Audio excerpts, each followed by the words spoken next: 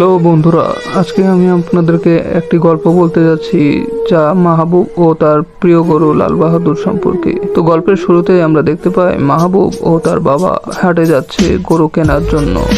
ঈদের এখনো 15 দিন বাকি, তারপরেও তারা একটু আগে ভাগে গরু কেনার জন্য হাটে পৌঁছে যায়। হাটে পৌঁছে মাহবুবের একটি লাল গরু পছন্দ হয়ে যায়। এই গরুটি তারা কিনে বাসায় নিয়ে আসে এবং মাহবুব সারাদিন সেই গরুর সাথেই খেলতে থাকে।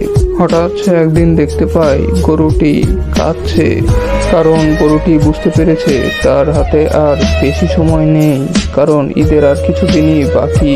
ঈদের আগের দিন মাহবুব পটকা কেনার জন্য জেদ করে এবং তার বাবা তাকে বুঝিয়ে বলে যে পটকা ফোটালে গরুটি ভয় পেতে পারে এবং গরুটি তো কালই কুরবানি করা হবে, তাই তাকে বিরক্ত করা উচিত নয়। তারপর ঈদের নামাজ পড়ে এসে গরুটিকে কুরবানি করা হয়।